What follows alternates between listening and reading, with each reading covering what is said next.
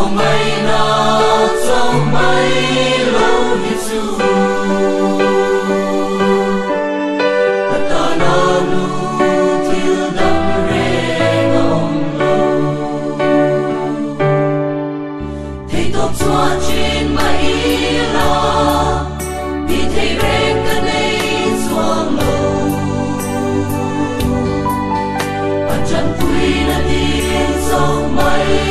lâu như xưa và thấy nó lên sông nó tên và theo nó lên phiền nó sông tên phố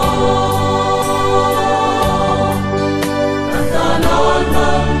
có em mất cái này lâu khi ta sông lỡ ta ngày hi cha